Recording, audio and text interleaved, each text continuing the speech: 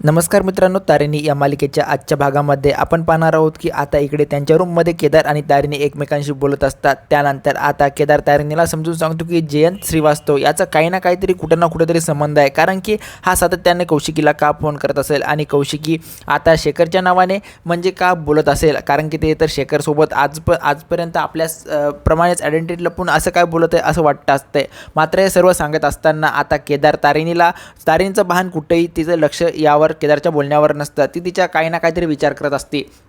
केदार म्हणतो की तारिणी तू काय विचार करत आहेस? त्यानंतर तारिणी लगेच उठून तिथे म्हणते की नाही मी काही विचार करत नाही, तू जे बोलतोस त्यावर लक्ष देते, कारण की आता आपल्याला लवकरात लवकर शेखर कौशिकीशी का बोलत आहे आणि आपल्याप्रमाणे त्यांची पण आयडेंटिटी लपवून ते का बोलत आहेत हे आपल्याला शोधावंच लागेल असं आता तारिणीला बोलत असतो। मात्र तारिणीचं हे वागणं आता केदारला पूर्णपणे खटकतं, कारण की सकाळपासून तारिणी खूपच आता तिची मानसिक प्रकृती ठीक नसल्याचं त्याला जाणवतं आणि ती आता केदारपासून काहीतरी लपवते असं केदारला वाटायला लागतं। केदार म्हणतो की आज सकाळपासून मी तुला बघतोय, तू माझ्यापासून काही ना काहीतरी लपवण्याचा प्रयत्न करतेस। तारिणी म्हणते की नाही मी काही लपवण्याचा प्रयत्न करत नाही, मी काही सर्व काही ठीक आहे असं आता ती केदारला खोटं नाटक काही ना काहीतरी सांगत असते। त्यानंतर आता केदार सातत्याने तारिणीला विचारत असतो की काय घटना घडली आहे तू मला सांग, कारण की तू माझ्यापासून काही ना काहीतरी लपवत आहे। तारिणी म्हणते की नाही मी तुझ्यापासून काही लपवत नाही। त्यानंतर आता केदार म्हणतो की मी तुझा जे पण काम करतो ते पार्टनर म्हणून नाही तर नाही, आता एक निदान नवरा म्हणून, चांगला मित्र म्हणून तरी तू मला ती गोष्ट सांगू शकत नाहीस का असं ते बोलत असते। त्यानंतर आता तरी पण आता तारिणी त्याला काही बोलत नसते। मात्र तारिणीचा तो हात घेतो आणि स्वतःच्या डोक्यावर ठेवतो आणि म्हणतो की आता तुला माझी शपथ आहे, तुला ह्या गोष्टी सांगाव्याच लागतील मला। त्यानंतर तारिणी म्हणते की बरं तर मी तुला सांगते, कारण की मी आता नसताना तुला इकडली सर्व जबाबदारी तुला घ्यावी लागणार आहे असं बोलल्यानंतर आता केदारला वाटतं की तारिणी आपल्याला कुठल्या पद्धतीची जबाबदारी घ्यायला लावते आणि ती कुठं निघून जाणार आहे असं तिला वाटतं। त्यानंतर केदार म्हणतो की आता तू काय जे आहे ते मला सविस्तरपणाने सांग, तरच मला ह्या गोष्टी समजतील, नाहीतर मला यामधून काहीही समजणार नाही असं बोलल्यानंतर आता तारिणी आता केदारला म्हणते की आज सकाळी मी जेव्हा अनाथ आश्रमासाठी निघण्यासाठी आले होते तेव्हा मी किडनॅप झाले होते आणि किडनॅप ठेवून मला एका ठिकाणी हे केलं होतं। त्यानंतर तेथे किडनॅप केलेली जी पण घटना असते ती आता तारिणी जशास तसे केदारला सांगते आणि म्हणते की ती दुसरी तिसरी माणसं कोणी नसून ती रॉची माणसं होती, त्या रॉच्या माणसांनी मला किडनॅप केलेलं होतं असं ते बोलत असते। आणि जे पण मी आजपर्यंत ट्रेनिंग घेतलेले आहे त्या ट्रेनिंगचे मला त्यांनी तिथं पूर्णपणे व्हिडिओ हे दाखवले होते आणि म्हणतात की तू बेस्ट ऑफिसर आणि चांगल्या मार्काने पास झालेले आहे, त्यासाठी आम्ही तुला इथं बोलवलं आहे आणि मी तुला इथं असं बोलवलेलं आहे असं आता ते तारिणी केदारला पूर्णपणे जो काय प्रसंग असतो तो घडलेला तो सांगत असते। त्यानंतर आता तारिणीला जे पण तिथे ऑफिसर भेटलेले असतात ते सर्व काही माहिती सांगतात। तारिणी आम्ही तुला उगाच इथे घेऊन आलेलो नाही, कारण की तू आमच्या खूप कामाची आहेस, कारण की तुला ज्या पण गोष्टी आम्ही करायला लावल्या तू एकदम चोखेपारपणाने काढलेल्या आहेत, कारण की तुला कुठं कसं काय करायचं आहे आणि कुठल्या गुन्हेगारासोबत कसं वागायचं याची पूर्णपणे जाणीव होती असं ते बोलत असतात। आणि यासाठी आम्ही तुझी परीक्षासुद्धा घेतलेली आहे असं ते बोलत असतात। तारिणीला वाटतं कुठली परीक्षा कशी घेतलेली आहे, मात्र तारिणीवर या मागच्या काही दिवसामध्ये हल्ला झाला होता, तो हल्ला कुणी मुद्दामून घडून आणला होता, कारण की या सरच्या माध्यमातून तारिणीवर तो हल्ला करण्यात आला होता, कारण की सर तारिणीची आता जे पण काही आहे ती ओळख कशी काय असेल हे तारिणीला दाखवण्यासाठी हा हल्ला केला होता। मात्र तारिणीने त्याचा पूर्णपणे बंदोबस्त केला होता आणि सर म्हणतात की तुला कसं काय पब्लिकमध्ये हे हँडल करायचे सर्व काही गोष्टी माहिती आहेत, यासाठी आम्हाला असंच ऑफिसर एक निवडायचा होता आणि ते मी निवडला आहे तुझ्या मार्फत असं ते बोलत असतात। आणि म्हणतात की यापूर्वीचे जे पण गोष्टी आम्ही तुझ्या बघितलेल्या आहेत त्या रेकॉर्डनुसार तर आम्हाला तू एकदम या कामासाठी परफेक्ट वाटली आहे, कारण की तुझ्याशिवाय आम्ही दुसरी कुठलीही निवड करू शकलो नसतो असं ते बोलत असतात। आणि त्यानंतर आता तारिणीला म्हणतात की तुला माहीत आहे का तुझं नाव सर्वात पहिले कोणं घेतलं होतं? त्यानंतर तारिणी म्हणते कोणं घेतलं होतं, तर असं विचारल्यानंतर सर म्हणतात की रेवाने घेतलं होतं। तारिणी लगेच समजते की रेवा ही आता पंजाब बॉर्डरवर येथे काम करण्यासाठी असलेली असते। त्यानंतर आता तारिणी रेवाचं सर्व काही माहिती सरांना सांगत असते। त्यानंतर आता तारिणी विचारते सर तुम्ही मला इथं घेतलं तर आहे, तर पण कशासाठी, ऑपरेशन कुठलं कसं काय आहे या सर्वांची मला माहिती हवी आहे। त्यानंतर आता सर तारिणीला माहिती देतात, एक प्रोजेक्टरवर सांगतात की हे ऑपरेशन तिरंगा आहे। ऑपरेशन तिरंगा असल्यानंतर सांगतात की आता आपल्याला काय करायचं आहे, जे पण भारत पाकिस्तान बॉर्डर आहे अमृतसरमधली अटारी बॉर्डर, जे की अटारी बॉर्डर 28 किलोमीटर हे असं आहे, ही सर्व काही माहिती आता सर तिथे सांगत असतात तारिणीशी। त्यानंतर आता सर्व माहिती सर जिथे तारिणीला दिल्यानंतर तारिणी मला म्हणतात की हे बघ तारिणी, मी तुला ज्या पण गोष्टी सांगत आहे त्या तुला कराव्याच लागणार आहेत, कारण की हा मिशन काही असा साधासुद्धा नाही, कारण की तुझं नाव घेणं हे एवढ्या ऑफिसरमधून हे काही खूप असं नवलच आहे असं ते वाटत असतं। आणि आम्हाला अशी एक मुलगी पाहिजे होती की जे आता तुला तर माहीत आहे अमृतसर हे भारत पाकिस्तान या बॉर्डरवरचं शहर आहे आणि तिथे जालियनवाला बाग हत्याकांड असं हे सर्व मिळून काही 20 लाख लोकसंख्या असलेलं शहर आहे आणि आम्हाला अशी ऑर्डर भेटलेली आहे की जसा 26/11चा हल्ला झाला तसाच यानंतरचाही हल्ला करण्याचा या लोकांचा प्लॅन आहे, कारण की आमच्याच एका ऑफिसरचा त्या ठिकाणी एक मृतदेह आढळला आणि त्याच्या जवळचा जो लॅपटॉप आहे तो गायब झालेला आहे आणि त्या लॅपटॉपमधली सर्व इन्फॉर्मेशन आता लीक झाली असेल असं त्यांना वाटायला लागतं आणि ते म्हणतात की जर आम्ही आता काही जर ॲक्शन घेतली तर त्यांना लगेच समजेल की हे डाव आपल्यावर टाकत आहेत आणि त्यांना ह्या गोष्टी न कळू देण्यासाठी आम्ही हा एक सिक्रेट मिशन हे केलेलं आहे असं ते बोलत असतात आणि यासाठी आम्हाला एक अनोळखी चेहरा पाहिजे होता जे की आमच्यासाठी पण आणि त्यांच्यासाठी पण असेल आणि तो चेहरा तुझा एकदम परफेक्ट आम्हाला भेटलेला आहे असं ते सर म्हणत असतात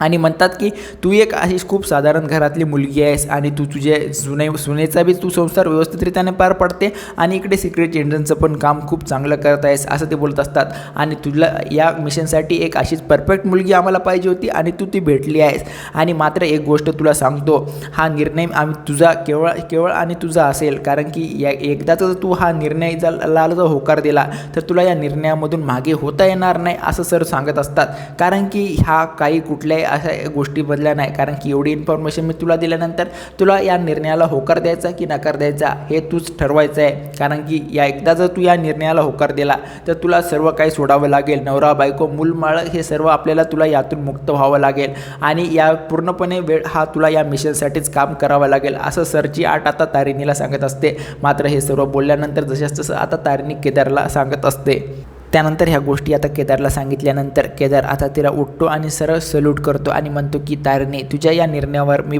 पण ठाम आहे, कारण की तू जे पण काय करतेस तू आता वसुदेव बेळसरांची मुलगी खरं शोभतेस असं बोलत असतो आणि म्हणतो की आता तुला खूप मानलं पाहिजे, कारण की तू एवढी धाडसी आहेस आणि जो पण निर्णय घेशील त्या निर्णयाचं मी समर्थन करतो असं आता केदार बोललेला असतो. आणि त्यानंतर आता तारिणीला खूपच तेथे हे भावूक झालेली असते आणि ती एक फोटो स्वतःच्या जवळ घेते आणि त्या ठिकाणी रडत डोळ्यातून तिचे अश्रू येत असतात. त्यानंतर केदार म्हणतो की मला माहीत आहे तू कसं काय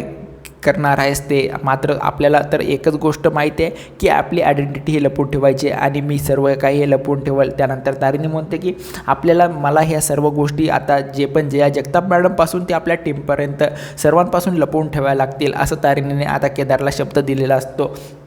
त्यानंतर मात्र इकडे जाता त्या सरनी तारिणीला म्हणलेलं असतं की हे बघ तारिणी, तू जर या मिशनला होकार दिला तर तू वापस येणार की नाही याची गॅरंटीसुद्धा नाही, कारण की तू या अगोदर आपल्या देशातला जो पण शत्रूंचा आहे नायनाट केला, मात्र तुला आता देशाबाहेर शत्रूचा आहे नायनाट करायचा आहे असं सरला बोलतात आणि म्हणतात की ही संधी प्रत्येकाला भेटत नसते, तू नशीबवान आहेस खूप, तुझ्याकडे ही संधी चालून आलेली आहे, आता तुझा सर्वस्व निर्णय तुझा असेल असं सर आता तारिणीवर सोपवतात आणि म्हणतात की तुला हे मिशन तिरंगा सक्सेसफुल करून दाखवायचं आहे.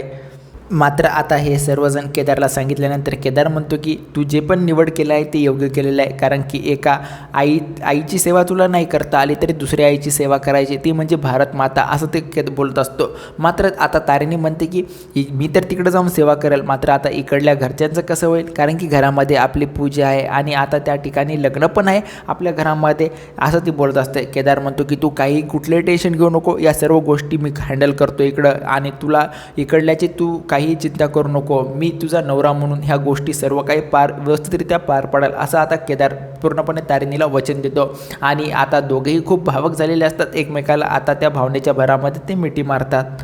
त्यानंतर आता इकडे घरामध्ये तारिणी जी पण नित्यनियमाने पूजा करत असते, त्या पूजे करत असताना आता तिच्या डोक्यामध्ये विविध विचार येत असतात, कारण की गुलाब तिला जाता म्हणलेला असतो की तुझ्या घरच्यांपासून म्हणजे जवळच्या व्यक्तीपासूनच तुला खूप मोठा धोका आहे आणि तेच तुझ्यावर अटॅक करणार आहेत. आणि त्यानंतर आता तिला इकडे जे पण सरनं बी सांगितलेलं असतं की तुला एखादी व्यक्ती तुझ्या ध्येयापासून जर दूर करण्याचा प्रयत्न करत असतं तर ती व्यक्ती तुझ्यासाठी खूप घातक आहे, तू अशा व्यक्तीवर कधीही विश्वास ठेवू नको. मात्र हे सर्व गोष्टी आता तारिणीच्या मनामध्ये सातत्याने भिनभिनायला लागत असतात.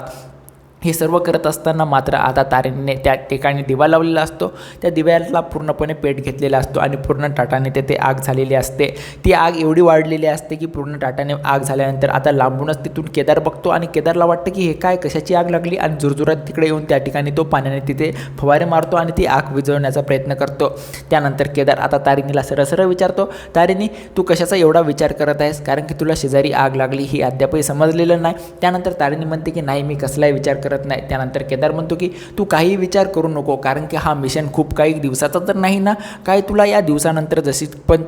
तू मिशन कंप्लीट करून घरी आल्यानंतर तू इकडल्या जबाबदाऱ्या पाळ आणि देवासमोर जर तुला काही मागायचं असेल तर तुझ्या नवऱ्यासाठी तू माग, कारण की ज्या पण मी गोष्टी नवऱ्याला शिकवल्या आहेत त्या नवऱ्याने माझ्या व्यवस्थितरित्या पार पाडाव्यात अशा तू देवासमोर माग. हे सर्व मागत असताना आता तारेने तिथे हसायला लागते. मात्र तारेच्या मनामध्ये सर्व काही मुद्दा घुमत असतो, कारण की आपण या मिशनला तर होकार दिल्यानंतर आपल्याजवळ 2 दिवस दिलेले आहेत सरनं, आणि या मिशनला जर होकार दिला तर सरनं म्हटल्याप्रमाणे तू आपलं हे वापस येऊसुद्धा नाही शकतेस असं सरनं म्हणलेलं असतं. मात्र आता तारेने विचार करायला लागते, खरंच जर आपल्यासोबत काही वाईट प्रसंग घडला तर आपल्या माघारे आपल्या केदारचं आणि पूर्ण परिवाराचं कसं काय होईल, असं या विचारायची गोष्ट आता तारेनीच्या मनामध्ये येते. मात्र तारेनीने हे सर्व काही आता अद्यापही केदारला सांगितलेलं नसतं की या मिशनला मी गेल्यानंतर मी पुन्हा काही रिटर्न येऊ शकत नाही, असं आता तारेनीच्या मनामध्ये हे घुटल्यानंतर आता केदारला वाटतं की तू माझ्यापासून पुन्हा एकदा काहीतरी लपवतेस का. हे सर्व भाग आपण उद्याच्या भागात पाहणार आहोत. तर आता जया जगताप मॅडमला बी समजल्यानंतर तारेनी गेली कुठं आणि घरच्यांना पण समजेल का तारेनी गेली कुठं, तारेनी जया जगतापच्या माघाऱ्या अशा गोष्टी करत आहे हे जया जगताप मॅडमला समजल्यानंतर त्या काय करतील, हा सर्व भाग आपण उद्याच्या भागात पाहणार आहोत. अशाच प्रकारचे नवनवीन व्हिडिओ पाहण्यासाठी आमच्या चॅनलला सबस्क्राईब करा. व्हिडिओ आवडल्यास व्हिडिओला लाईक आणि शेअर जरूर करा.